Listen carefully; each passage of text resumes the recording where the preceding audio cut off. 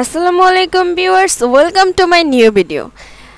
আজকে আমি আপনাদের সাথে শেয়ার করতে যাচ্ছি পাওয়ার পয়েন্টে আমরা টেবিল নিয়ে কি করে কাজ করব, আমরা কি করে টেবিল স্টাইল করব, টেবিলে কি করে লিখব, টেবিলের বর্ডার, রো, কলাম, তারপর হচ্ছে টেবিলটা কি করে আমরা মার্চ করতে পারি, স্পেল করতে পারি, সেল সাইজ কেমন হতে পারে, অ্যালাইনমেন্ট কি করে ঠিক করব, এক্সেট্রা আরও অনেক কিছু দেখব আমরা আজকের ভিডিওতে।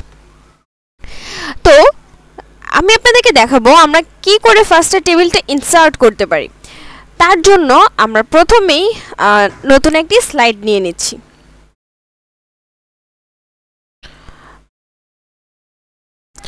আমি এখানে প্রথমে একটা স্লাইড নিয়ে নিলাম, তারপর আমি চলে যাব এখান থেকে ইনসার্ট ট্যাবে। ইনসার্ট ট্যাবে আসার পর আমি এখানে দেখতে পাচ্ছি যে টেবিলের অপশনটি রয়েছে। তো আমি এখান থেকে টেবিল নিয়ে আসলাম। টেবিলে যখনই ক্লিক করলাম আপনারা দেখেন এখান থেকে বাই ডিফল্ট আমরা 10x8 এই সাইজের একটি টেবিল ক্রিয়েট করতে পারবো। তো এখান থেকে আমি আমার পছন্দ মতো টেবিল নিয়ে নিলাম। এই হলো আমার টেবিল ফার্স্ট মেথড। তারপর আমি এটা ডিলিট করে এটা সিলেক্ট করে ডিলিট বাটনে প্রেস করলে টেবিলটা হচ্ছে ডিলিট হয়ে যাবে। ওকে, তো আমি ফার্স্ট মেথড দেখালাম। তারপর আবার আমরা ইনসার্টে চলে যাব। ইনসার্টে যাওয়ার পর আমরা এখান থেকে দেখতে পাচ্ছি ইনসার্ট টেবিল। ইনসার্ট টেবিলে যাওয়ার পর দেখেন আমাদের কাছে এখন জানতে চাচ্ছে যে আমাদের কয়টা কলাম এবং কয়টা রো নিয়ে টেবিল ক্রিয়েট করব। তো এখান থেকে আমি হচ্ছে আমার পছন্দ মতো দিয়ে দিলাম। তারপর দেখেন আমি এখানে যতগুলো কলাম এবং রো দিয়ে দিয়েছিলাম, 1টা 2টা 3টা 4টা, মানে এখানে এরকমভাবে 9টা কলাম রয়েছে। ওকে, তো এই হচ্ছে সেকেন্ড মেথড, কি করে আমরা টেবিল ক্রিয়েট করব। তারপর থার্ড মেথড, আমরা চাইলে আমাদের টেবিল আমরা নিজেরাই ড্র করে নিতে পারি। ওকে, তো দেখেন এখানে আমি একটি টেবিল ড্র করছি। ওকে, তো এখান থেকে আমরা এরকমভাবে চাইলে টেবিল ড্র করে নিতে পারি। এখান থেকে আমরা টেবিল আমাদের পছন্দ মতো যতটুকু দরকার ওই রকমভাবে আমরা ক্রিয়েট করে নিতে পারবো। ওকে, তো তারপর আমরা আমাদের লাস্ট মেথড সেটি দেখব। সেটি হলো এখান থেকে আমরা এক্সেল স্প্রেডশিটের মাধ্যমেও টেবিল ক্রিয়েট করতে পারবো। তো আপনাদেরকে দেখিয়ে দিচ্ছি সেটা কিভাবে করব। আমরা আবার ইনসার্টে চলে গেলাম, তারপর টেবিল অপশন, তারপর এক্সেল স্প্রেডশিট। দেখেন আমরা যখনই এক্সেল স্প্রেডশিটে ক্লিক করলাম আমরা পাওয়ার পয়েন্ট থেকে এক্সেলে মুভ করে নিলাম। আমাদের ট্যাবগুলো সব এক্সেলে যা ছিল ওটাই চলে আসছে। আমি বলবো এটা ইউজ করলে একটু আমরা বেশি বেনিফিট পাবো। সেটা হচ্ছে আমরা এখানের সেম টু সেম এক্সেলের মতোই সকল সুবিধাগুলো এখান থেকে নিতে পারবো।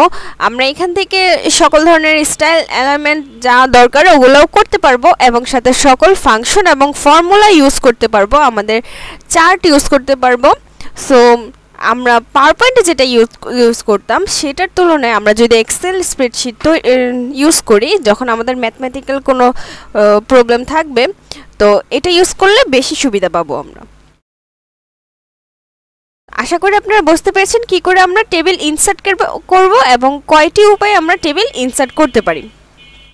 ওকে, তো এই হলো আমাদের 4টি মেথড আমরা কিভাবে টেবিল ইনসার্ট করব।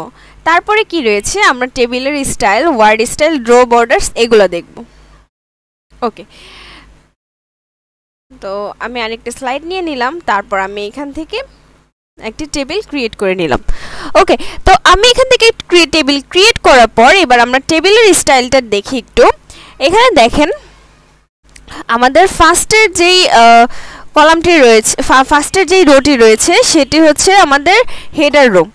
এখানে আমাদের টেবিল স্টাইল অ্যান্ড অপশনে দেখেন টেবিল স্টাইল অ্যান্ড অপশনে রয়েছে হেডার রো ক্লিক করা আছে। হেডার রো যদি আমি আনক্লিক করে দেই দেখেন এগুলো সব একই রকম হয়ে গেছে। আবার হেডার রোতে ক্লিক করলে দেখেন এটা একটু হাইলাইটেড করা।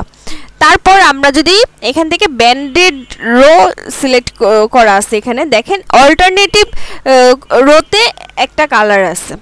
তো আমি এখান থেকে আপনাদের বোঝার সুবিধার্থে আপনারা দেখেন এইখানে কালারগুলো কিন্তু এটা একটু ডিপ তারপরের লাইনে একটু লাইট, তারপর আবার ডিপ লাইট। এটা হচ্ছে ব্যান্ডেড কালার। তো আমি এই ব্যান্ডেড রোয়ের এখানে যদি ক্লিকটা উঠিয়ে দেই, আপনারা দেখেন সবগুলো সেল হচ্ছে একই কালারের চলে এসেছে। আর যদি আমি আবার ব্যান্ডেড রোতে ক্লিক করে দিই, দেখেন অল্টারনেটিভ সেলে একটা করে কালার চলে আসছে। তারপর আপনারা এখান থেকে টোটাল রো যদি সিলেক্ট করে দেন, টোটাল রো সিলেক্ট করে দিলে এখানে টোটাল রোটা সিলেক্ট হয়ে যাবে।